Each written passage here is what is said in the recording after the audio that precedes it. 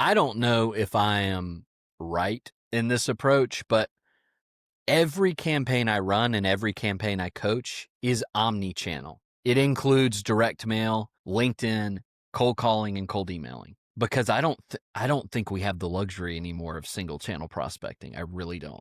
Welcome to Benefits Broker Boost, the show that gives employee benefits brokers practical strategies to grow, scale, and streamline their business. Presented by Plansight, where innovation meets efficiency in employee benefits. Now, let's dive in.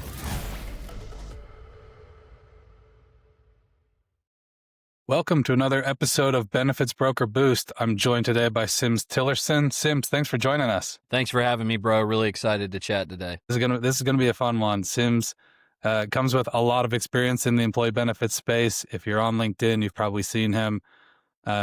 Coaches a lot of benefits brokers on how to use LinkedIn to grow their book of business. Also does a lot of sales coaching with different agencies and different brokers. So he's everywhere. You know, he's commenting on everyone's posts. He's making his own posts. Has a long background in music as well. You've maybe seen some of his LinkedIn posts of him playing the guitar and singing to his kids.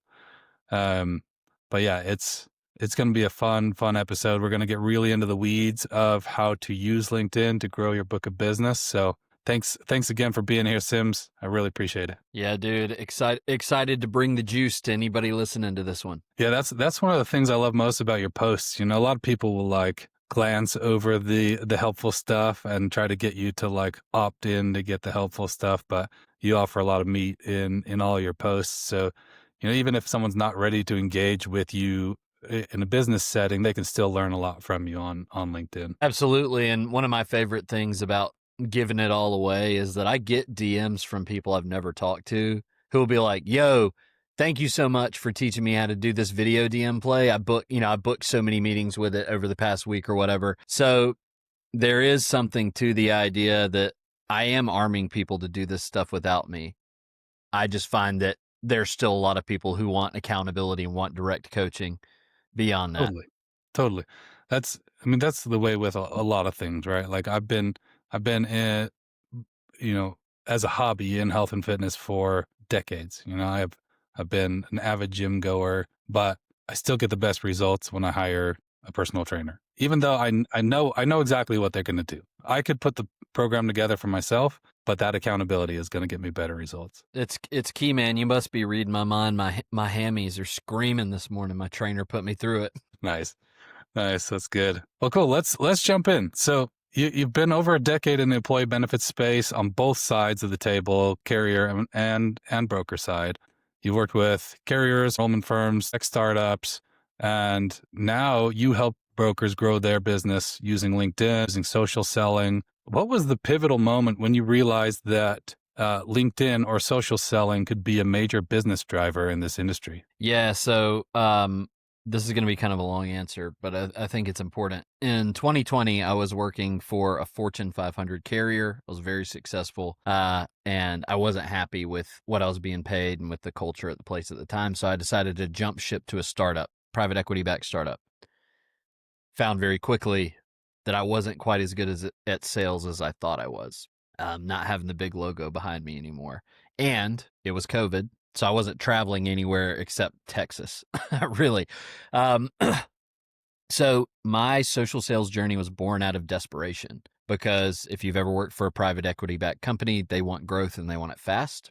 And I was not putting up numbers, so I figured, hey, what the hell, not selling anyway. Let's try social. And for a while, I was awful, man. I was posting like leadership lessons and stuff like that, really benign content that nobody cared about. Pitch slapping people in the DMs. And so I had to learn a lot through failure, what it is that works.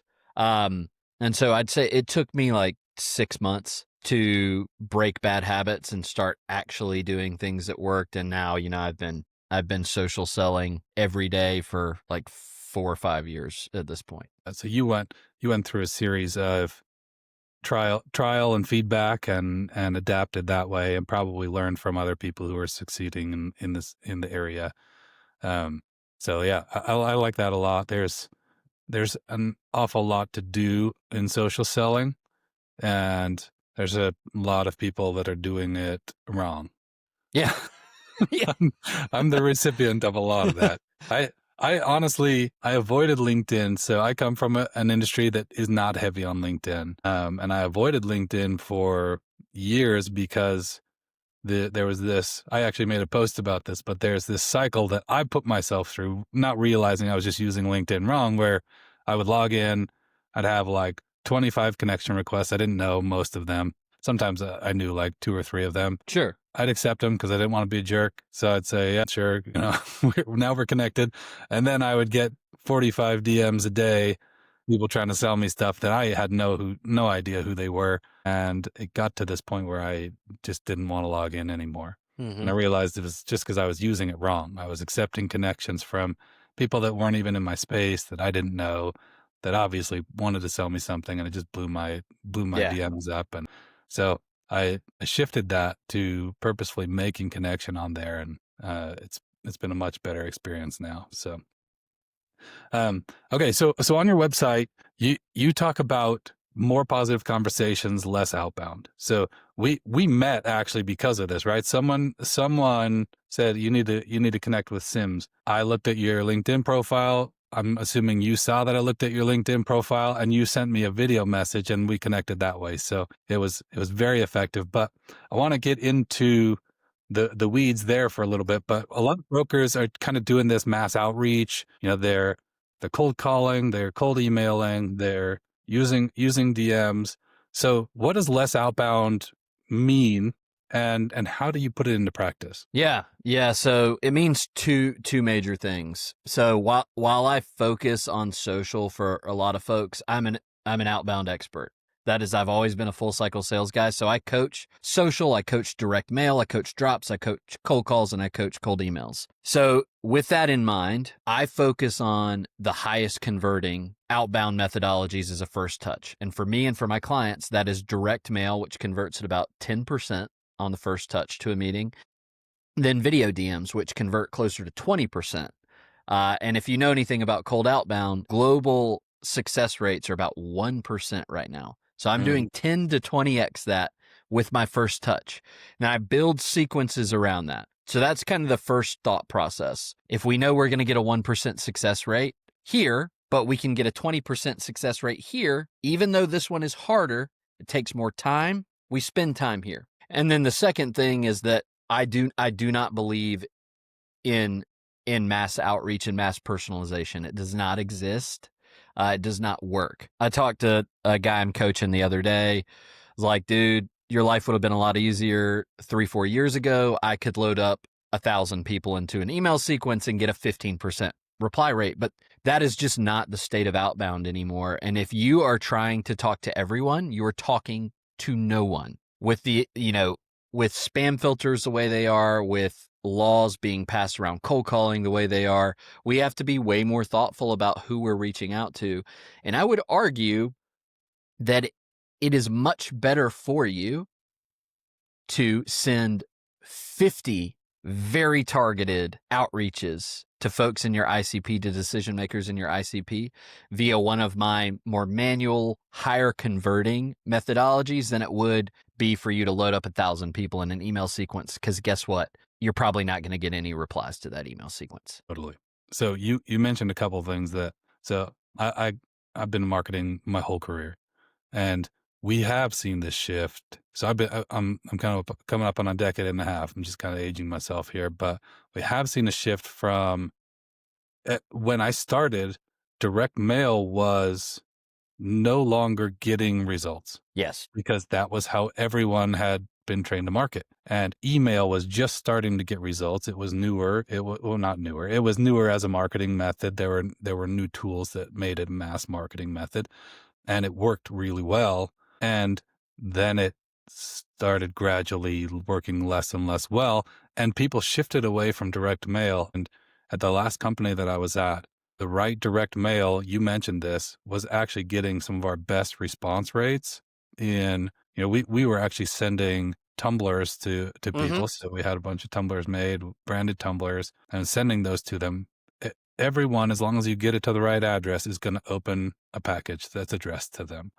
and you make it something that's interesting to them. You've got their attention for at least a few seconds. I can't even tell you how many emails. So I'm just about 2 months in the seat here at Plansight, right? So I have 40 messages a day that are almost the same thing. They're fake customization. Hey, looks like you got a new role at Plansight. Congratulations. What's your goal in the first 90 days, right? They're like, it's to the point where I can say, I know what email program you used. I know exactly what triggers you used. So I like the customization. I like that you mentioned when you're doing it wrong, you're talking to nobody. And I also really like that you highlighted direct mail. Thoughtful direct mail is one place that I see a huge opportunity for people right now. So talk me through that. How are you using direct mail? So I get weird with it, and I build.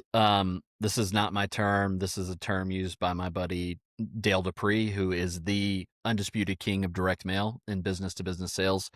But the concept of a first touch piece. So it's like when I mention direct mail to a lot of people in benefits and financial services, they go, oh, I'll send them my one pager or my white paper. And I'm like, no. We're going to send something that elicits some sort of emotional response. So a few of the things that I'm doing right now, I just ran a campaign for myself, got manila envelopes stamped with confidential all over it, and a fake missing persons report where I describe how I see completely missing sales teams on LinkedIn. And that leads me to believe that team is driving zero revenue through LinkedIn, right? So it's cheeky, it's bold, it's funny. And when I cold call behind it, that person has let their guard down a little bit. I don't have to come up with the perfect cold call opener. I just go, Adam, what's up, man? It's Sims at TCG. You don't know me, but I sent you something weird in the mail the other day, and I want to see if you got it. And then they go, yeah, you sent me that damn missing persons report. What is that? And we can talk through it. But I do things like that. Obituaries. The crumpled letter is a Dale Dupree play I run. Written fake books. I've got some brokers I work with who have taken that play really far and literally bind custom children's books for all of their prospects. But there are a million ways you can go with this. The point is it needs to be provocative or evocative, whatever you send. Yeah. That's so the things that we've used are, that are most successful, and you're describing a lot of these, are the things that are going to be memorable. And I like that you're describing using it as a first touch, because some people will try to use it as their entire campaign. And they're like, oh, that wasn't successful. Well, that person remembers you. So when you make another attempt, when you call behind that, you say, hey, did you get that Tumblr that I sent you in the mail? Or, hey, did you see that obituary that I sent you? There's this, oh yeah, I did. Oh, well, that was me. And now you've got them with their guard down. So I love that piece of it as well. And not as this is the campaign, but this is a piece of a successful campaign. Right. And that's an interesting thing you say there, like that this wouldn't be the whole campaign.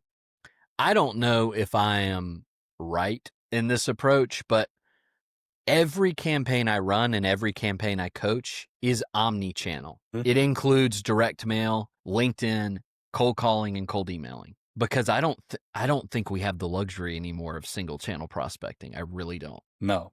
So there are companies that do have that luxury when they get to a recognizable enough position. But for the most, if you're not already recognized by whoever you're prospecting to, omni-channel is required. So totally agree with you there. I love it. Okay.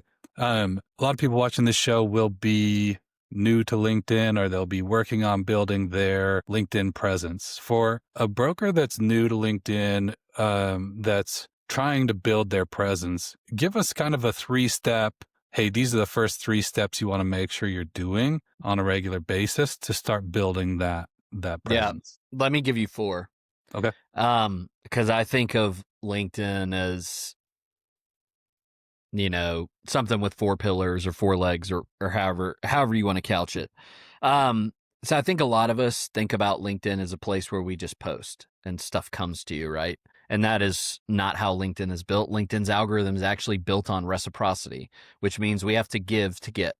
So the 4 things that I recommend doing every day when you're getting started on LinkedIn. Number one, expand your network of buyers and people that can further your mission by sending blank connection requests out to those people. I recommend sending 10 to 20 a day. The second thing, this is the most important thing, is to engage with your network through thoughtful comments and soft touch DMs. So thoughtful comments can look like Sims told a story about how he got his first head of sales job on LinkedIn today, and Adam comes in and goes, man, I remember getting my first head of sales job or first head of marketing job, and here's how I did it. So you turn the story back on yourself, storytell, you agree with the point I'm making, you disagree with the point I'm making, and you further the conversation, right? That makes my content go farther because you're engaging with it. It also makes both of us more likely to see each other's content in the feed going forward.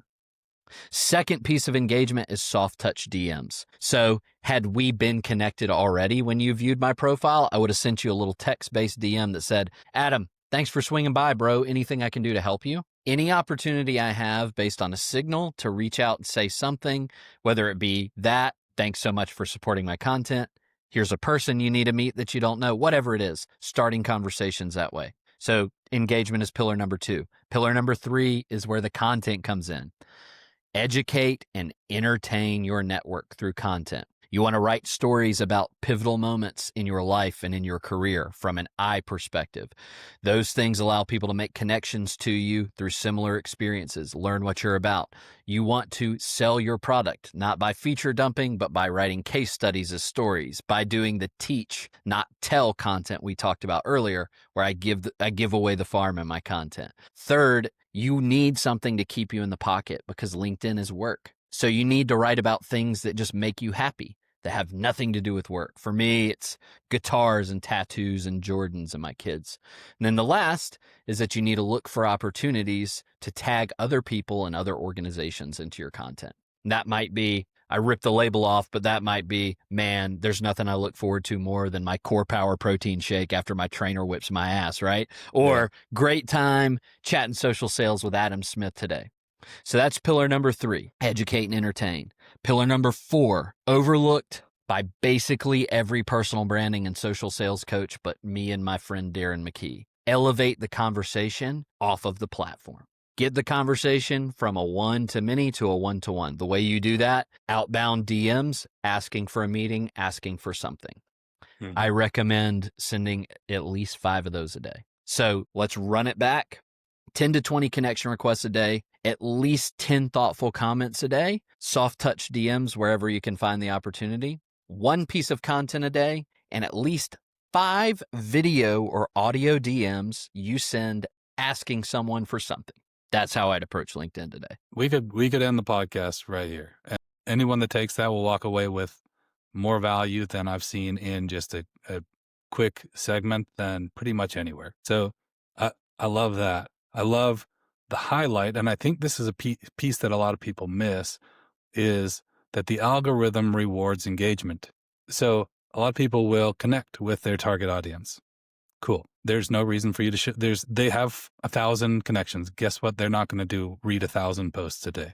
They're not. So their news feed is tailored by LinkedIn based on who they think they want to see, and that is based on interaction. So you mentioned go to their posts, comment on their posts, thoughtful comments, and when they engage back, now you will show up in their newsfeed more likely. So that piece, if I think a lot of people know to make the connections. Sure. They know who they want to connect with. I think a lot of people miss that. And then, I love the elevating offline piece as well. So just a masterclass. That question alone was more value than people are going to get in a 3-minute soundbite pretty much anywhere. So I love that. Well, I appreciate it, man. That was huge. Like I said, Sim's always generous with actually offering the value outside of just his coaching. So appreciate you sharing all of that on here. The strategies behind it, I'm sure if they want to engage with you, you can give them more of the how to, help them with the direct mail pieces, those types of things. So. 100%. And I think one of the places that I end up helping a lot is most folks don't know what to write about or how to write in a way that people want to engage with. Most folks don't know how to structure DMs in a story-based flow to get the feedback they want. And then to your point, like most people don't know how to put together a compelling first touch piece. Yeah. Awesome. Okay. Many of your clients are surprised when they start to see their LinkedIn posts producing inbound leads, right? I think a lot of brokers are posting now from what I'm seeing. And this is even a shift over the last 5 years since Absolutely. you started. But I think they are posting right now. I think a lot of your clients are really excited and surprised when they see the inbound leads coming in. So for the ones that are posting and not seeing those inbound leads, that's ultimately the reason they're posting and wanting to build their business. What is your what are your suggestions that they change, things that they do differently on LinkedIn to start getting that inbound traffic? Yeah, absolutely. So 2 things. One is process-based, the other is content-based. So the first is that when people complain to me that their content isn't performing or they don't have people raising their hands to meet with them, it's usually because they're just posting and doing none of the other stuff we talked about. So that's fix number 1. Fix number 2, there are a lot of brokers creating content on LinkedIn with good intentions. Poor process, poor conversion, poor output, however you want to put it. The 2 biggest problems I see, number 1, lots of brokers feature dump about their brokerage as their post. No one cares. I don't care what brokerage you work with. I have worked with basically every brokerage in the top 100. None of you have a moat. None of you have a moat. The moat is you. So I don't want to hear about your compliance team or whatever you want to talk about, right? Tell me how you help somebody else or tell me about you. So that's number 1. Then number 2, and ton of brokers get stuck here, is they tell and they do not teach. It does nothing for me as a C-suite buyer if you go, you should be internationally sourcing your specialty drugs. And then I go, okay, how do I do that? And you don't give me any of the juice behind it. Some of the top producers of content in the brokerage space by volume are incredibly guilty of that. And I think if you talk to them, most of them would tell you, yeah, I've never gotten an inbound lead from LinkedIn. And it's because we're talking at people and no one likes that. Yeah. Those are really, really good tips for someone that's trying to switch that to an inbound generator. Mm-hmm. One other thing that I would share is you talked about the multi-touch, the multi-channel marketing. Not all of what happens on LinkedIn and the impact that you're making on LinkedIn inbounds through LinkedIn. Very true. They could inbound elsewhere because they saw what you did on LinkedIn. And now when you put another channel in front of them, whether that's a call or a voicemail or a voice drop that you're sending them, now they recognize you because they have seen it. There's a lot more viewers on LinkedIn than interactors. Right? Absolutely. Especially in this space, like you'll get chief people officers and CHROs to interact every once in a while, but the number of CFOs that will interact with your content is so very, very small. But they are on and they are lurking. Yeah. I know that firsthand. My CFO at my last company on the weekends would send articles that he'd found on LinkedIn, and just I'd wake up Monday morning with two or three messages of, hey, have you seen this? Hey, have you sseen this? And so they definitely are there, but he's not necessarily commenting on those posts. He's just sending them to me. So, okay. I want to talk about measuring impact, right? Okay. Yeah. We've talked about how to make the impact. There's, LinkedIn will give you these kind of vanity metrics like, 2,000 people saw your comment, or, how are you measuring ROI on LinkedIn? What are the metrics that you're finding valuable to look at? Yeah. So I think it depends on what you want out of LinkedIn. There's no answer that's right for everyone. So if you're, if I am in the marketing team at a really scrappy startup, then I'm going to measure my impressions and I'm going to compare it to the CPM of paid ads, right? Mm-hmm. Because I get 50 to 75,000 impressions a week on LinkedIn after this most recent algorithm change has kind of tanked everybody's reach. But that equates to millions of impressions a year, which would be a significant ad spend for a company if they did it via paid ads. Especially because you keep me honest here, but I believe LinkedIn paid ads are the most expensive to run to target They to your are. ICP. Yeah, Okay. traditionally. Yeah. So that's number one. And then on the sales side for myself, I measure engagements. So likes and comments, that's top. I'm starting to think less about impressions. The metrics that I'm most focused on right now are saves and sends. Okay. So I can see when somebody saved my content when they send it to someone else. That is the best indicator to me that I'm about to close a deal. that When my you stuff sent is getting saved something to helpful, right? Yes, absolutely. And then the last that I would give you, and this goes against LinkedIn thought leadership, but I post links inside of my posts from time to time to drive people to my website or to another website. And when you do that, you can track the number of clicks. And I do that as well, because my ultimate goal at this point, do I still feel really good when I write a viral post? Absolutely. The dopamine in it is fantastic. But when my two most viral posts ever made me $0. And so I'm just much more focused on what are the posts that I've written that actually made me money. So that's what I'm measuring. I love that. I love that that journey to this was fun, this was viral, this was exciting, definitely got our dopamine levels up. I'm actually writing a post right now about early in my career. So I cut my teeth in marketing in search engine optimization. I have a search engine optimization agency that, that's if I have the budget and the keywords to target, I will put myself head to head with pretty much anyone in search engine optimization. The company that I was working with, they were specifically in the dental field. When I got hired, the VP of sales, this is really early in my career, said, if you can outrank our competitor, they were just across the highway, for the term Google reviews, hiring you will have been a win.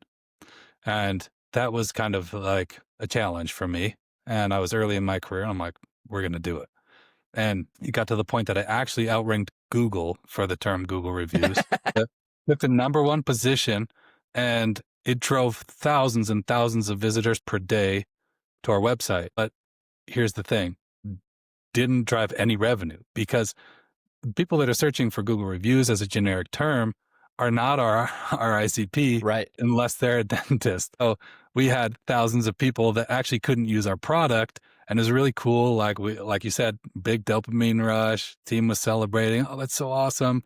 And it drove no revenue. So I like that you've made that. And at that point I was like, man, that was a lot of work for something they told me to do, but that I knew wasn't actually going to drive business. Right. So I like that you've made that journey to, well, let's focus more on the things that are actually generating revenue.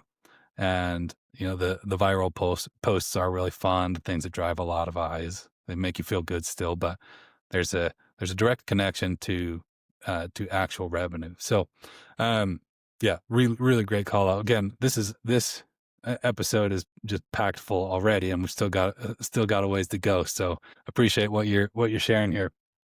Okay, so you talk about pattern disruption on your website. So you create sequences, you deliver those in ways that are unique enough for the buyer to stop. We talked about that a little bit already in, I think, the first or second question. But can you share a memorable example of a sequence that you build or helped a broker build that was really effective using this pattern disruption? I mean, I ran the confidential envelope play that I told you about. I ran to area presidents of a top 5 brokerage recently, and at 35% meeting book rate on it. First touch.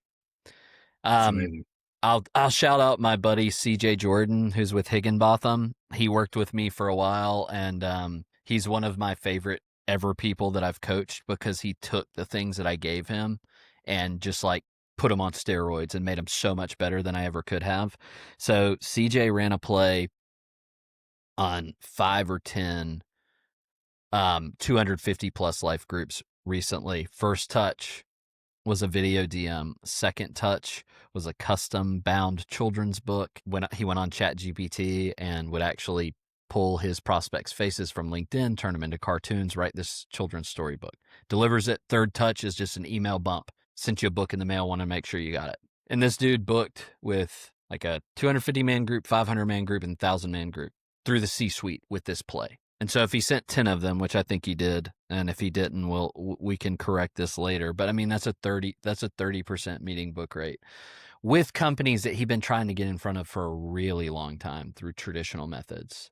But they just loved how personal and different his approach was. Yeah, that's awesome. That's really unique. It's something that is definitely going to catch their attention. So, like you said, that pattern disruption is not something that you receive in the mail really ever. So you've No. disrupted the pattern of opening mail, and then you've got something that's like, what? That looks like me. That's awesome. I love that idea. After people watch this this episode, you can probably imagine there are going to be more people getting some custom bound children's books with probably so. But that's good. That's good for sales, man. I mean, we're in a place right now. You mentioned you used to get 45 DMs a day on LinkedIn. C-suite decision makers I talk to get 40 to 50 a day, so 200 to 250 a week. Do you want to guess how many of those are text based versus video based? Yeah, 99%. Yeah, man. If you get 200 a week, the number of videos you get is 0 or 1. That in and of itself is a reason for anybody watching, go try this, dude. Because it's harder work than your competitors are willing to put in. Yeah. But it's blue ocean for you. Yeah, I love that. That's the pattern disruption, right? What are they not willing to do that I can do, right? Absolutely. But here's the thing, Sims, is that pattern disruption and the additional effort requires a better definition of your ICP. Yes. Because you can't do it to thousands of people. No, you got to run this on your top 10 or 20% of your targets. So to your point, you've got to deeply understand your ICP. And I don't mean the firmographic components of your ICP. I mean like their paper process, their culture, all the intangible things that take ABC company from your ICP to being your top customer. Yeah. And I realize we're using some marketing terms here. So I'll just make sure if anyone's watching and doesn't understand ICP, it's ideal client profile, is your customer that is, if I could pick top 10, like Sims is saying, this would be it. Okay. So you've coached both individuals and entire regions and agencies on social selling. What's the difference when you're working with a whole region versus when you're working with an individual, right? Yeah. How do you shift the mindset to coach an entire agency or region versus when you're working one-on-one? Yeah. So as you can imagine, initial group training is more broad-based. Yeah, I work with the sales leader or whatever executive is signing the check to pay my invoice to drum up the training. It's more broad-based. So that automatically means that some people are not going to get what they need out of that. I typically do follow-up one-to-one sessions or follow-up tiny cohort sessions. And what I'm focused on there is getting people to buy in and move from 0 to 1. Like an example is I recently coached the North American sales team at one of the largest navigation companies in the country, fastest growing for sure. And you have people at different areas of the journey. Like one of the sales leaders that brought me in, I've coached her before. She is prolific at social selling. So she believes in it. She's seen it right. But then on the opposite end of the spectrum, I had sales leaders inside of that company who were like, I'm not going to post something personal on LinkedIn. So it's being able to pick and choose and tailor the message to say, okay, this person, I'm going to teach them this deep video sequencing strategy. This person, I just got to get them comfortable with posting a picture of the new pair of shoes they just bought on LinkedIn. And then another piece of the nuance is that with my training, like with most training, the top 20% of your salespeople are going to grab this, run with it, and create more distance from the bottom 80%. And so that's something that I try to plan for as well. On the one-to-one side, the producer, the salesperson, the sales leader I'm working with, they're already bought in. They know they want this. They're willing to put in the work. And so they get, really, really deeply tailored training on an ongoing basis every week, potentially multiple times. And that's not to say one is better than the other, but I think, a lot of people in our space that have forward-thinking sales leaders and executive teams are going to be dragged kicking and screaming down this social sales path. Mm-hmm. We're seeing it already, right? You see the people that grasp it and run with it, and the people that are like, "Oh, I guess I got to do it." Yeah. And so you've got to tailor your coaching differently with a team that has kind of a mix of people. And like you said, there's probably going to be that 20% that rise and just excel, and then the 80% that maybe do the things that you're saying, but not trying to like optimize them. So very cool. Very cool. So this is one of my favorite questions, and it'll be our last question. I appreciate your time, and again, all the value man. that we're at like close to 40 minutes already, 35 minutes. It's just flown by. But looking ahead in the employee benefits space, we've got a lot of evolution that's happening, right? We've got technology evolution. We've got different consolidations of agencies. We've got regulatory changes. What everyone's talking about this year is unprecedented rate increases that now brokers have to have fun conversations with their clients.